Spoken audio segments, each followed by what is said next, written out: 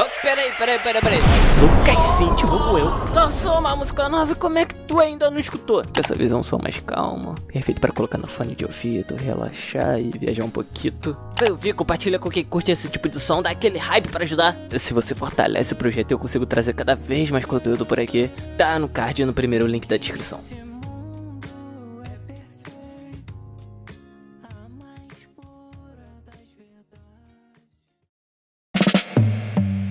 A Motown não apenas contratou Michael Jackson, ela assinou um contrato com um garoto de apenas 11 anos, em uma época em que ele mal entendia o mundo dos negócios, e nem seu próprio pai percebeu tudo que estava escrito naquele papel. Michael levaria mais de 30 anos e enfrentaria uma batalha na justiça para descobrir o quanto tinha sido prejudicado.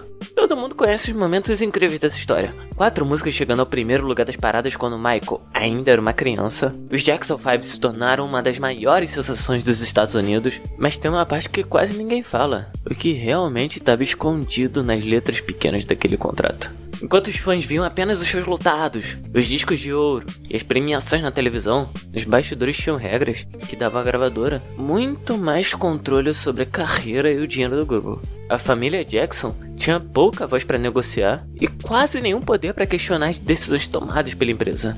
Anos depois, já adulto e no auge da fama, Michael Jackson decidiu olhar com atenção os documentos e os valores que ele deveria ter recebido. Foi aí que ele percebeu algo muito estranho. E o problema é que quando ele descobriu a verdade, décadas já tinham passado, muitos executivos tinham deixado seus cargos, o dinheiro que deveria ser dele acabou ficando perdido no meio de uma enorme burocracia, como se ninguém fosse perceber ou questionar. Mas bora voltar um pouquinho. Gary, Indiana, no meio dos anos 60, não parecia ser o tipo de lugar onde nasceria o maior artista do mundo. Era uma cidade industrial, cheia de fábricas, fumaça e trabalhadores das siderúrgicas. Um lugar onde muitas pessoas sonhavam em ir embora. Joseph Jackson trabalhava como operador de guindaste na Island Steel, mas quando ele não estava na fábrica, ele tinha outro projeto: transformar seus filhos em grandes músicos. Dentro da pequena casa da família, ele fazia os irmãos Jackson ensaiarem por horas, repetindo músicas, passos de dança, até sair tudo perfeito. Os treinos eram pesados e a cobrança era constante.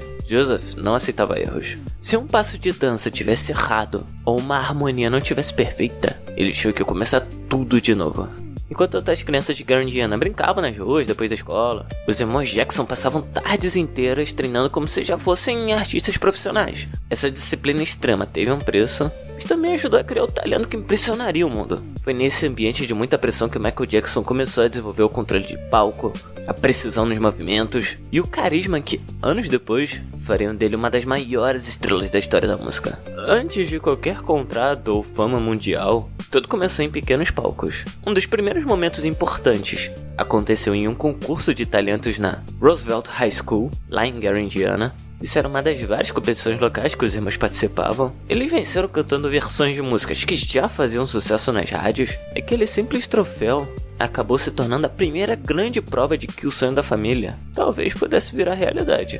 Depois disso, Joseph começou a conseguir apresentações para os filhos em clubes noturnos, onde artistas negros de rhythm and blues, soul e gospel se apresentavam nos Estados Unidos. Nem sempre era algo grandioso. Algumas noites eles recebiam poucos dólares, outras vezes só a promessa que o público conheceria o trabalho deles, mas aqueles palcos eram uma verdadeira escola. A plateia era exigente e estava acostumada com grandes músicos. Para um grupo formado por crianças, chamar atenção naquele ambiente não era fácil. Cada apresentação era uma nova prova, cada erro ensinava alguma coisa, e pouco a pouco os irmãos Jackson foram ficando cada vez mais profissionais, aprendendo a dominar o palco e conquistando a confiança de um público que não dava nada de graça. Em 1968, todo esse esforço finalmente começou a dar resultados. Os Jackson 5 já tinham criado um estilo próprio e um som forte bastante para chamar a atenção da indústria musical. Antes da Motown aparecer, os irmãos já tinham gravado algumas músicas pela gravadora pequena Steeltown Records, só para mostrar que eles tinham talento e conseguiam vender discos. E deu certo, eles chegaram até Detroit. Naquela época, a Motown não era só uma gravadora, ela era uma verdadeira máquina de criar estrelas. A empresa ajudou a definir o som da música negra americana e transformou vários artistas desconhecidos em grandes nomes. Berry Gordy, o fundador da Motown, tinha criado uma equipe completa com compositores, produtores coreógrafos e especialistas em imagens para transformar talentos em grandes sucessos. Para 5 irmãos que vieram de Indiana, receber um convite da Motown era como ganhar uma passagem pro topo da indústria musical. Berry Gordy contratou o grupo quase de imediato. Mas existe um detalhe que muitas versões da história acabam deixando de lado. Michael tinha apenas 11 anos quando o contrato da Motown foi assinado. Ele era uma criança e, obviamente, não tinha como entender todos os detalhes daquele documento. E na prática, seu pai, Joseph Jackson, também não se aprofundou nas cláusulas. Naquele momento, ele estava muito mais focado no dinheiro do adiantamento e na chance de transformar os filhos em estrelas do que nas letras miúdas. Naquela época, muitos artistas jovens assinavam contratos enormes e cheios de termos difíceis de entender. As gravadoras tinham muito mais experiência e poder de negociação, enquanto os artistas quase nunca tinham noção do que realmente estavam aceitando. Para a família Jackson, aquele contrato parecia ser a oportunidade de mudar a vida deles para sempre. Eles não imaginavam que aquelas mesmas páginas também trariam muitas brigas e problemas que apareceram depois. O que aconteceu depois fez a aposta da Motown parecer uma das melhores decisões da história da gravadora. I Want You Back, ABC, The Love You Save, I'll Be There chegaram ao primeiro lugar da Billboard Hot 100 em apenas um ano. Antes deles, nenhum grupo tinha conseguido estrear com 4 músicas seguidas no topo das paradas. Eram 4 hits número 1 consecutivos, todos liderados por um garoto que ainda nem tinha chegado na adolescência. Os Jackson 5 se tornaram o grupo que mais crescia dentro da Motown em anos, passando até alguns artistas que já eram grandes nomes da gravadora. O sucesso deles era impossível de ignorar. A própria Diana Ross apresentou o grupo pro país inteiro em um programa de televisão, falando que o Jackson 5 era a grande aposta da Motown. Em poucos meses, eles deixaram de ser só uma promessa e viraram o rosto da nova geração da gravadora. A Motown tinha encontrado um fenômeno capaz de repetir o impacto que Supremes, Temptations tiveram anos antes. Berry Gordy colocou os melhores compositores e produtores da Motown para trabalhar no projeto. Além disso, os Jackson 5 ganharam os melhores estúdios da gravadora e uma enorme campanha de divulgação. A Motown apostou tanto no grupo que chegou a criar até um desenho animado exibido nas manhãs de sábado, usando a imagem deles para levar o grupo ainda mais longe. Eles deixaram de ser só um grupo da gravadora e se tornaram um verdadeiro fenômeno da cultura pop americana. E o investimento da Motown trouxe resultado quase na hora. Cada nova música dos Jackson 5 era tratada como um grande evento,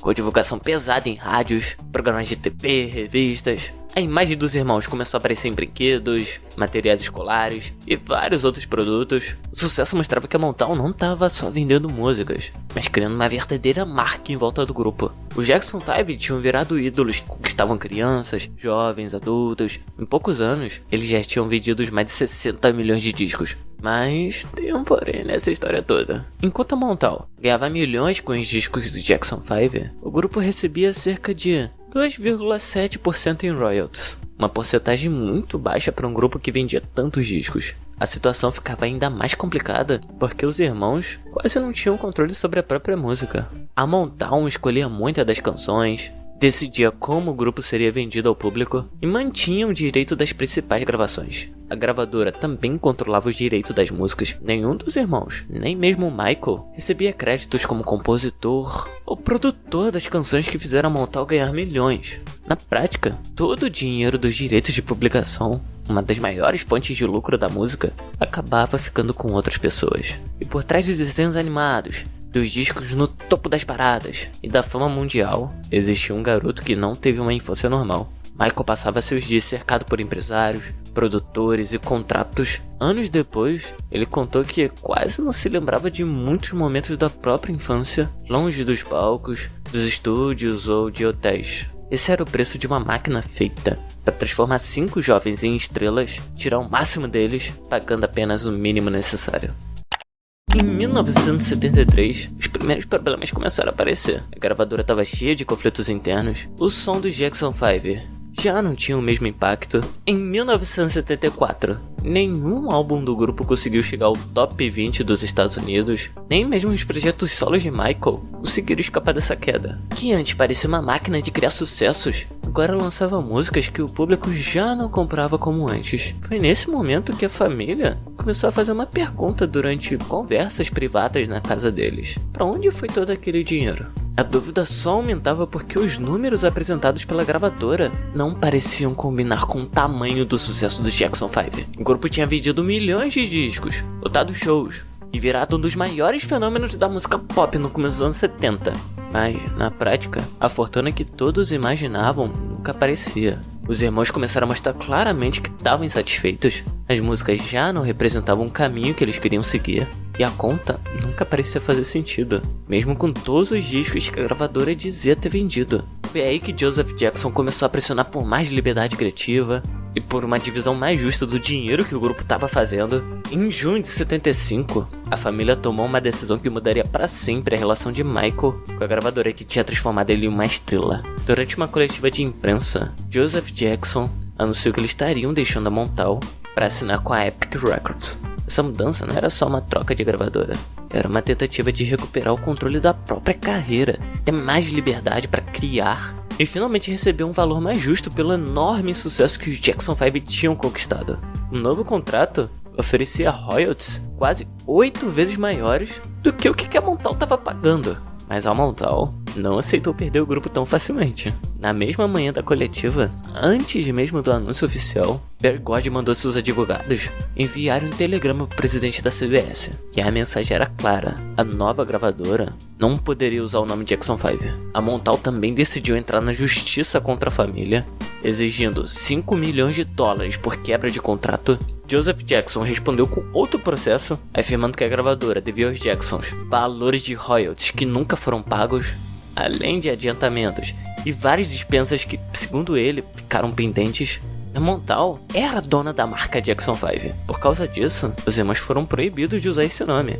E isso foi um golpe pesado para a família. Afinal, milhões de fãs conheciam o grupo por aquele nome. Uma marca que tinha sido construída durante anos de sucesso, shows, recordes. De repente, eles precisavam seguir em frente, sem poder usar o nome que tinha colocado eles no topo. Eles tiveram que abandonar o nome Jackson 5, e a partir daí, começaram a se chamar de The Jacksons. Jermaine, que era casado com Hazel Gordy, filha de Berry Gordy, decidiu ficar na Motown em vez de sair da gravadora junto com os irmãos. Essa escolha acabou criando uma divisão dentro da família justamente no momento em que eles mais precisavam mostrar a união. Berry Gordy até chamou Michael Jackson para uma conversa particular em sua mansão antes dele assinar os novos contratos. Era sua última tentativa de convencer o jovem cantor a continuar na Motown, mas Michael manteve sua decisão e poucos dias depois assinou com a Epic Records.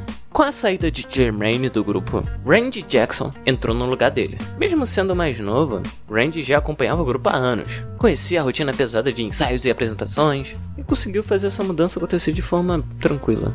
Quando os Jackson deixaram a Motown em 75, eles já não eram exatamente o mesmo grupo de 5 irmãos que tinham conquistado o mundo com I Want to Be.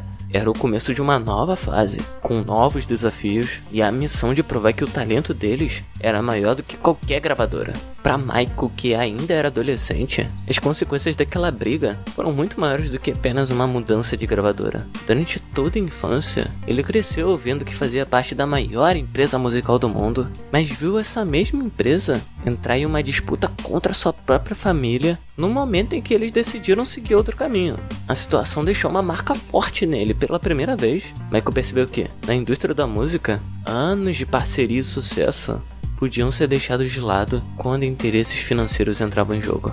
A gravadora que ajudou a transformar sua voz em um fenômeno quando ele tinha só 11 anos parecia estar muito mais preocupada em proteger o nome Jackson 5 do que garantir que os próprios artistas recebessem o reconhecimento e o dinheiro que eles mereciam. Essa experiência mudou a forma como Michael passou a enxergar os negócios da música. Nos anos seguintes, ele ficou muito mais atento aos contratos, aos direitos sobre suas músicas e ao controle da sua própria carreira. A saída da Motown não foi só uma troca de gravadora, uma das primeiras grandes lições que mostrou a ele como a indústria realmente funcionava. Jermaine, por outro lado, continuou ligado à Motown por muitos anos. Os irmãos só voltariam a estar juntos no mesmo palco quase 10 anos depois, durante a Victor Tour. Na Victor Tour, Michael já era uma pessoa completamente diferente.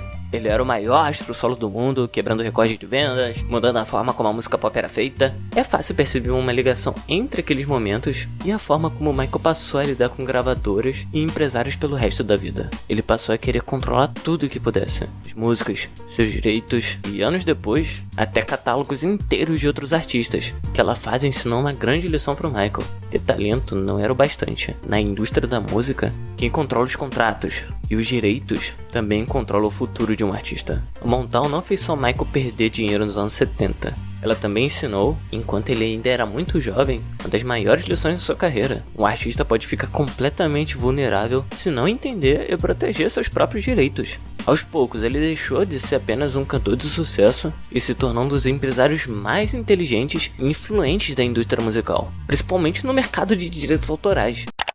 Em 1980, os dois lados finalmente chegaram a um acordo. A ideia era acabar com anos de brigas na justiça e resolver de uma vez por toda essa questão de royalties. No papel, parecia que aquela história tinha chegado ao fim. A relação entre Michael e a Motown até ficou menos tensa publicamente, mas a desconfiança criada durante todos aqueles anos nunca desapareceu de verdade.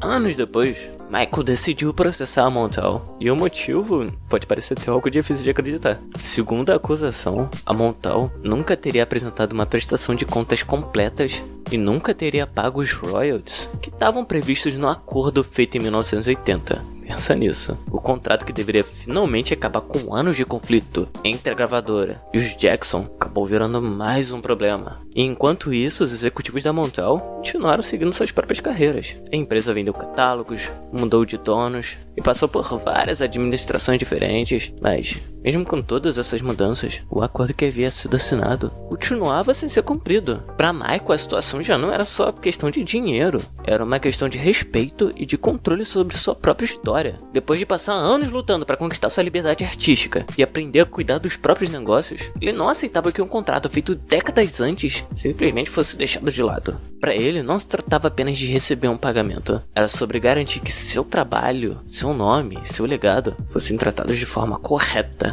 Dessa vez, ele queria que a justiça cancelasse o acordo feito em 1980 e devolvesse a ele o controle sobre suas próprias músicas, gravações e direitos. Era uma tentativa de acabar de vez com uma briga que começou quando ele era só um menino Jackson 5. Na época, Michael era muito jovem, sem experiência e sem conhecimento para perceber todas as consequências daquele acordo. Ele era só um talento incrível colocado no meio de uma grande máquina da indústria musical, enquanto adultos decidiam sobre dinheiro, direitos e porcentagens que poderiam mudar toda a sua carreira. Esse é o verdadeiro problema por trás dessa história. Não apenas sobre uma gravadora pagar menos do que deveria para um grupo de crianças. Infelizmente, isso é algo comum na indústria musical. Muitos jovens artistas assinam contratos sem entender totalmente o que estão aceitando, enquanto as gravadoras ficam com a maior parte dos lucros. E a grande revolta é que, mesmo depois da Motown ser questionada e até assinar um acordo prometendo resolver a situação, nada ficou encerrado. Segundo Michael, a empresa simplesmente esperou que o tempo passasse, posto que aquele garoto que um dia precisava dos adultos para tomar decisões nunca teria força suficiente para voltar anos depois cobrar o que acreditava ser seu por direito.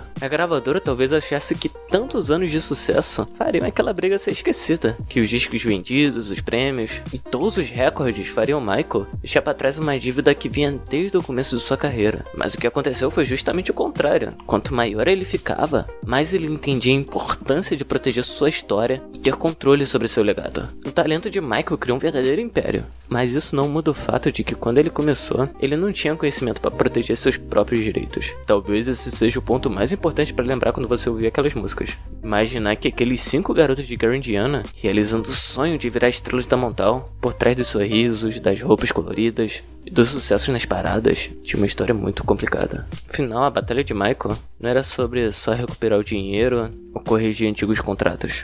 Era sobre garantir que sua história não fosse esquecida. Ele se tornou uma das maiores estrelas da música. Conquistou o mundo, mas nunca esqueceu como tudo começou.